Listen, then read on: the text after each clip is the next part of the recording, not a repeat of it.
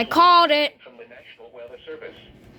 The National Weather Service in Chicago has issued a special marine warning for nearshore waters from Winthrop Harbor to Wilmette Harbor, open waters from Winthrop Harbor to Wilmette Harbor out to mid-lake until 5:15 p.m. I knew they were going to do it. At 4:19 p.m., a strong thunderstorm was located near Waukegan Harbor, moving northeast at 30 knots. Hazard, wind gusts to 40 knots. Source, radar indicated. Impact, small craft could be damaged and briefly higher winds and suddenly higher waves. Locations impacted include Winthrop Harbor and Waukegan Harbor.